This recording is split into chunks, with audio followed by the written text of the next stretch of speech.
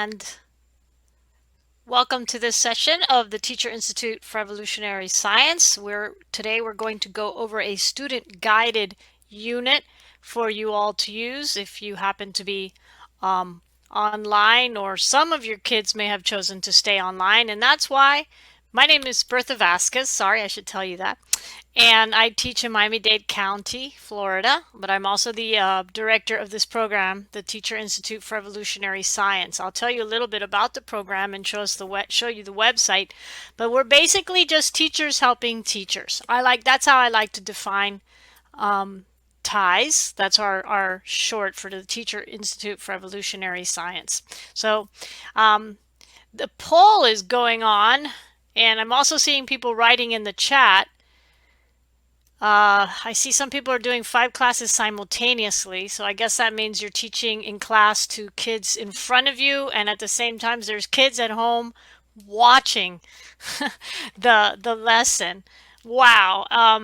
And I see some of you, like Katie there, you're online. We are online here in Miami-Dade, and we were going to start October 5th, and there was a school board meeting yesterday. The public comment section of the school board lasted 18 hours. People were making comments till like 3:30 in the morning.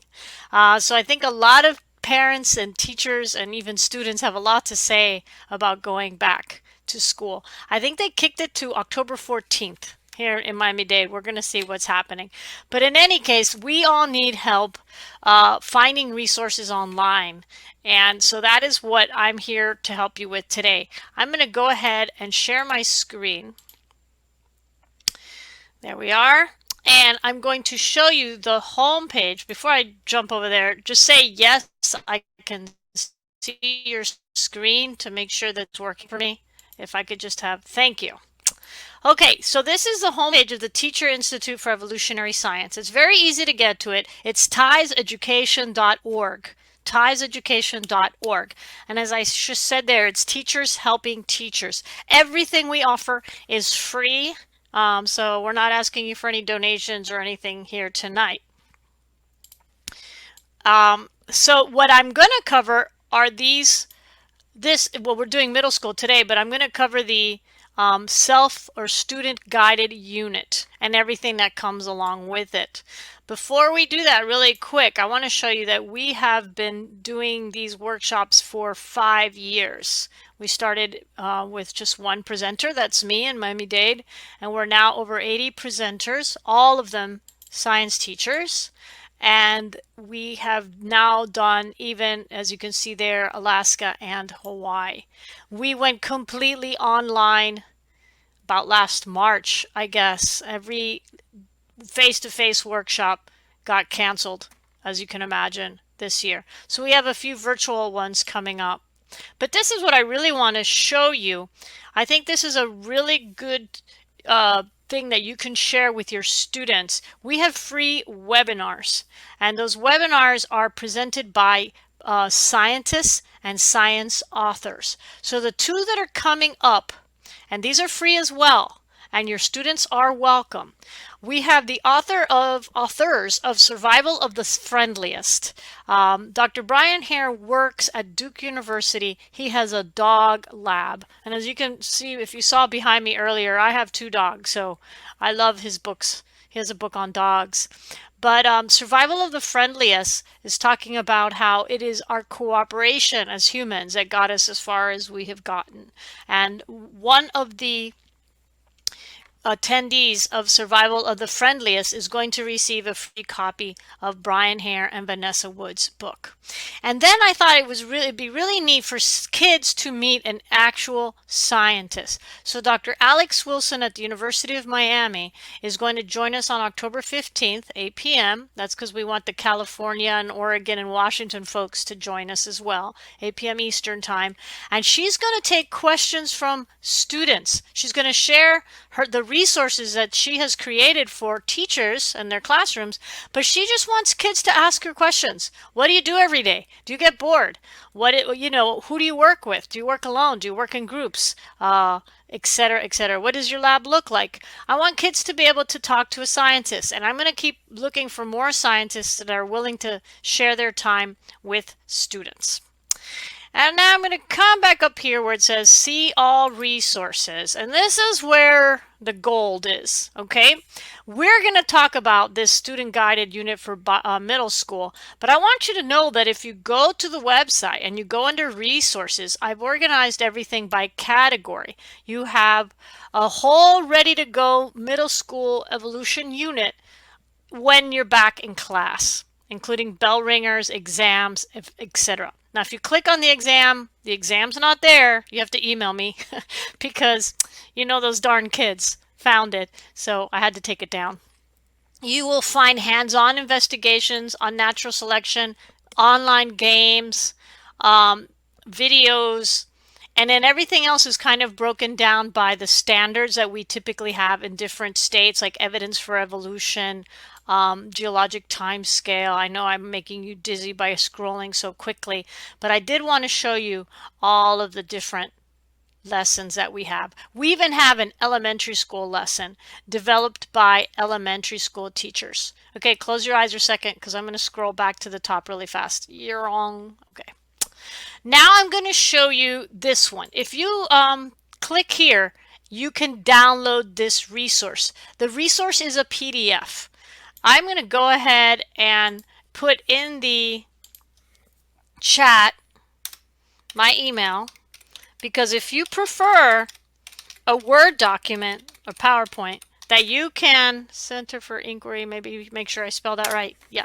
That maybe you don't like some of the slides I put in there, or you prefer to move some of the slides around, I'll be happy to send you the Word version, the Microsoft PowerPoint version of this, so that you can move things around. And that is actually what I'm going to work from.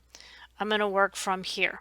So along with this unit, you can, using the website, you can download several things. You can download the student response sheet, okay?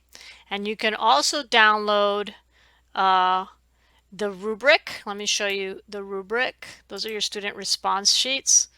And I also have the rubric. Oh, that's where I put it. Here it is, the rubric and the answer key and the number of points each thing should be worth, okay? And I also can send you exams that go with these units, and I can send you the answer keys for the exams. And the exams are in Google format also, so you can have the kids take it online if you wish. So how do you get these extra things like the student answer sheets, the rubrics, the answer keys, etc.? If you go to the actual web page and it says complete this form, you give your name and your email, and it's going to ask you, what do you want? And so, do you want the answer key? Do you want the student response sheet? And it'll send you everything that you're asking for. It will also send you a copy of everything in Spanish in case you work somewhere where you have some ELL English language learners, and everything is in Spanish. I will not, I promise, put you on a listserv. I will never email you. I'll never bother you. So you're like, oh no, I have to give my email. Don't worry about it. That's just because we want to make sure that we're sending it to a teacher and not to a student. Okay?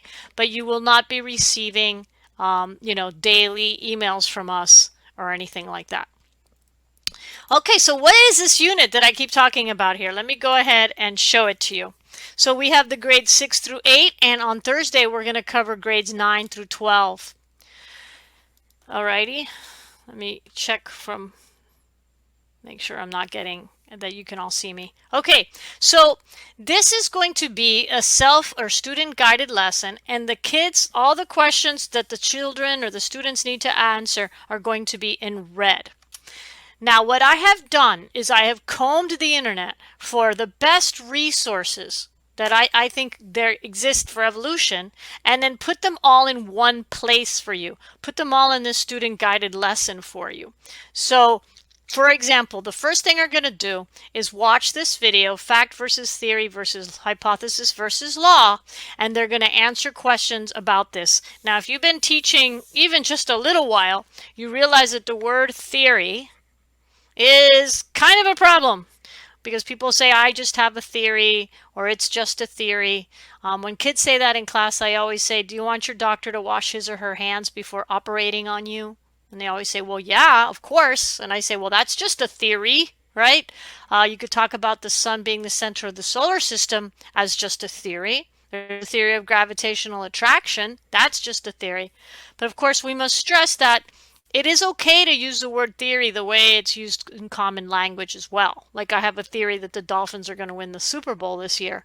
I mean, we can say it like that.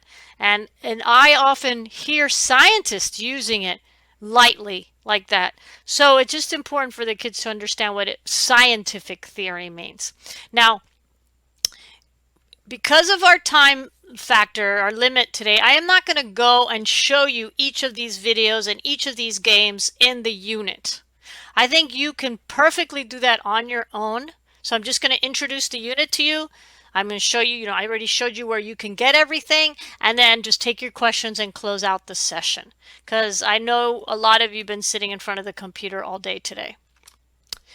So I think it's really important to explain that theories explain. Laws describe, theories explain.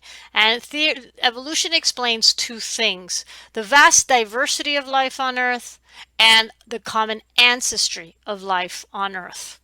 So that's what I wrote there. Okay, so now the kids are going to try different websites, and I'm just going to, like I said, I don't want to go too deep into anything because I know you can play around later, but man, this one is so cool. So they go here and they see all of life as on Earth, and they start to see it as a tree or branches instead of that ladder of progress that we see on t-shirts. And if you Google evolution, have you ever done that? It makes me go crazy. Watch evolution. And you go to images. Boom! Look at all those wrong pictures. Okay, maybe the one with Darth Vader's correct. But other than that, this is one of the reasons we have so much trouble teaching evolution, is that that's what people think. Well, I didn't come from a monkey, or I didn't come from an ape. And you have to gently explain that this is what it looks like.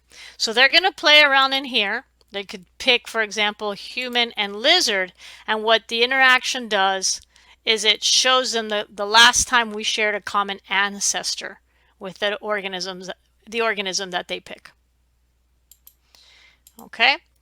And they have to try to click on lungfish and reset and go back and forth a little bit. Here is another amazing website. It does the same thing. It is super complicated though, because they have managed to put every living thing, 8.7 million species, on this tree of life. Yes, indeed. So it's really hard to get the kids to go where you want them to go because it's just so huge. So all I'm asking is for them to go into the animals and give me their favorite animal. I just want them to play around in there a little bit. It's really, really cool though. It's a British site.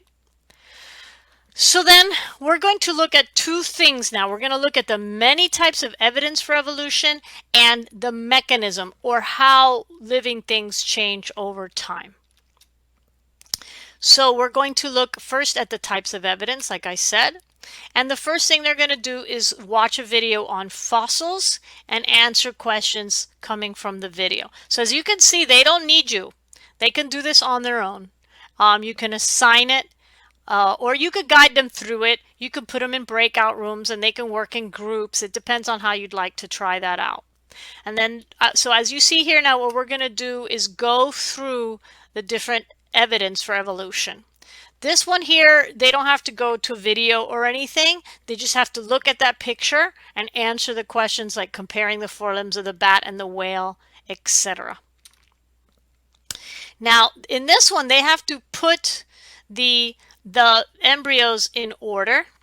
okay, by stage, early embryonic development, middle and late embryonic development, and by animal. This one's really hard to do. And even teachers mess this up, and that's the whole point. They're so similar looking that it is very hard to do. So I actually don't give this any points in the rubric. They just have to try their best on this one. Oh, this is probably my second favorite video in this whole presentation. Proof of evolution that you can find in your own body. A lot of people always think about seeing evolution out there, out the window, but there's plenty of evolutionary history in your own body. So they're watching a great video there. I really recommend that one. Don't delete that one. And then we go into the law of superposition. And there is a teacher explaining this in this video using props to explain it. He does a great job. So after the kids watch the video, I'm asking them to put to do these two activities. The one on the left, they have to figure out who was the last person at the scene. And then the one on the right is an actual application of the principle of superposition. I love Your Inner Fish. I really recommend. There's 3 free videos online on Neil Shubin's Your Inner Fish. It's also a book I highly recommend for you and advanced high school students, I would say. So it really shows you how, as you go through the history of the rocks on Earth, first you're going to find at the very bottom, or the oldest rock, you're going to find a thing with the head, followed by the thing with the head and the feet, thing with the head, feet, and fur, and then the thing with the head, feet, some fur, opposable thumbs, and big brain, okay? And how the older rock has the older fossils, and we've never found something in the wrong place. Now they're going to go to do some games. I think that's enough of videos. So here they're going to click on artificial selection and selective breeding, and they're going to try to play some games. They have to make puppies look the way they want the puppies to look, or they have to try to grow some plants and make them, you know, have certain characteristics. So that's more evidence for evolution. We've done it ourselves. Now another evidence for evolution is genetics and how closely related we are to some of the other living things on the planet. So here they have a look at how closely our DNA and the DNA of a chimp match. And so they're watching different videos here. And now we have some graphs. The graphs are here. The questions are just in front of the graphs. Okay, so they have to go back and forth between these two slides, and they're comparing amino acid sequences to like you would compare DNA sequences, and to show how related different living things are to each other. So here's some critical thinking for them to work on. Now we have the same thing, but DNA sequences. So again, they have to sit and analyze the different living things. As you can see, this is going to take them more than one class. And in the rubric that you download, I have some suggestions on what slides to assign together and how long you should give them for the different sections. Okay, this is a unit of science, so it certainly shouldn't take a day or 2 days to do this. And to sum up evidence for evolution, I have a video here. I don't know if you've ever seen a Stated Clearly video by John Perry. He is such a great artist. It's visually very pleasing to the eye, and the kids really like how slow and clear he speaks. Okay, so I just reminding the kids, okay, we talked about many types of evolution, many types of evidence for evolution, and now we're going to look at how it happens, or natural selection. This is my favorite video of the entire presentation, and the kids have to stop at these different timestamps and answer these questions. Which, by the way, I just discovered something called EdPuzzle. Have you guys heard of EdPuzzle, EdPuzzle? If you go there, other teachers have uploaded these very same videos that I have uploaded here, or included here, and they've added questions, multiple choice questions, or written in questions, and it grades it for you. And if your students join the class, you create an EdPuzzle class for free, and it grades. So this happens to be there. This video is there, and it's a multiple choice quiz. As the kids watch the video, they have to answer questions, and then boom, you just get how many they got right and how many they got wrong. It's called EdPuzzle, and I've been using it this year for the first time. Okay, listen. No evolution unit is complete without Amoeba Sisters. Okay, I'm actually using them right now as I teach my biology class. I'm teaching macromolecules, biomolecules. These two, they're two teachers in Texas. They're both they're just such amazing video makers. The kids absolutely love their videos, and it's really appealing. And this one is also amazing. The kids are going to watch as bacteria spread across this mega plate. Okay, and they're going to see as the bacteria, as you move towards the center of the mega plate, the scientists have added stronger and stronger and stronger antibiotic. And it takes 11 days through a series of different mutations in the bacteria. It takes them 11 days to make it to the center of the giant mega plate. It's a very, very interesting video, and it shows you at the end the different evolutionary lines or that the bacteria took to get to the center. Let's do some more thinking. Now that they have some understanding of natural selection, I mean, they saw this, they saw that, they saw this. Let's let them think about something that truly did happen. It happened to me. I went to PetSmart and I bought flea medication for my dog, $70, mind you, 68 I believe, and it didn't work. And I took my dog to the vet, and the vet said, "Oh yeah, that stuff doesn't work anymore." Very casually, she just says, "Yeah, that doesn't work anymore." So I want the kids to tell me, why doesn't it work anymore? What caused the fleas to become resistant? And of course, this is so important that they think because the flea needed resistance, nature gave the flea resistance. And it is so important to stress that it was a random mutation. And that's it. And it wasn't that beavers can't stand next to a tree and say, "Chainsaw, I need a chainsaw." It's not going to happen. So that the fact that natural selection occurs through a series of random mutations that build up over time. I think it's important to talk about Charles Darwin, of course. So here's a video. It's a little historic piece where there's actors dressed in period, and you learn a little bit about what Charles Darwin went through and how he developed his theory of evolution. Okay, so these two, I've added a couple that are just for fun. Here is a beautiful Nova special called Dogs Decoded, which I highly recommend. But if you scroll to timestamp 3518, you will see that it talks about how in Siberia they've taken foxes, fur trade foxes, and they've basically turned them into dogs in a matter of 60 years. So it's interesting how artificial selection can work and be a model for natural selection. And going back to evidence of evolution in your own bodies, this is an amazing video where they are dissecting the nerve in a giraffe. And it is a nerve that is supposed to go straight from the brain to your vocal cord or your laryngeal area.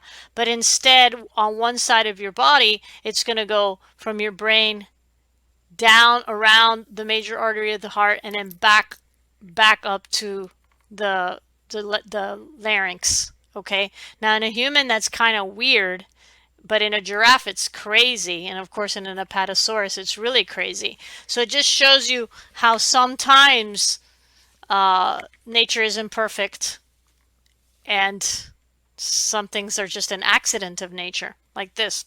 Now this one is graphic. It is a dissection of a giraffe. So I just want you to know that you don't want to give it to sensitive kids. So I'm going to escape from there and stop sharing my screen.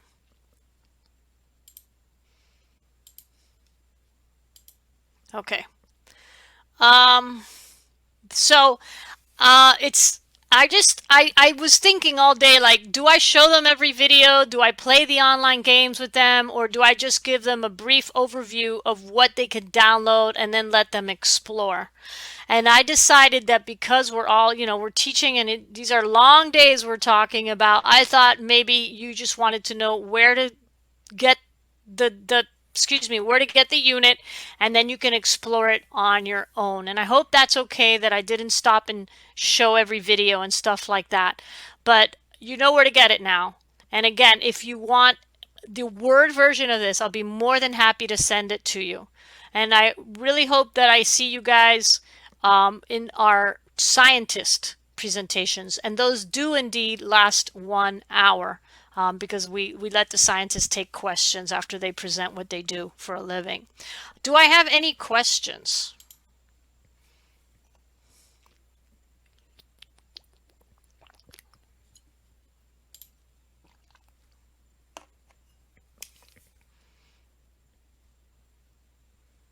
Okay, so I'm seeing that someone downloaded online and it did not send all the documents. It's a two-step process because we really wanted to keep the kids away from this stuff. All right. So I think you email and then you receive an email that gives you a link and let me see. I guess I could fill this in. Let me just fill it in and see what happens here. I teach bio and physical science. Ah, see? This is where you say, I want all of this. Give it all to me. Give it all. Okay, and it sends it to you. If that did not work, let me see who was asking me that. Katie, if that doesn't work, I think it does because I've done it before, but if it doesn't work, email me and I'll send you a copy of everything. And if you ever share this with someone else, okay, you share it with your colleagues at school or whatever, feel free to share my email and I just send you everything by email. When I created this unit last March, we didn't have the feature where, I'll show it to you because I know I'm not sharing my screen right now. We didn't have the feature, okay, this feature. So if I go back, when you complete this form, and I just went like that, then you get here and it sends you all of these things. Now it doesn't happen right away. It does take when I did it as a practice, it did take about half an hour for me to receive everything. But before we set this up like this, I was getting 200 emails a day. I think we sent these units last March when teachers went into lockdown and had no idea what to do. This went out to over 2,000 teachers in the United States, mainly the high school one, because I also have a high school one, but a lot of middle school teachers did as well. Nathan is asking about a timetable for the unit. If you're going to stop and explain and go over stuff, you're looking at 2 weeks. You're looking at 2 weeks. I think it's 6 to 7 hours of student work. And then if you add, if you stop and do it with them and go over the answers with them and stuff, instead of 6 days, an hour a day, you're looking at a full 2 weeks of work. Anything else?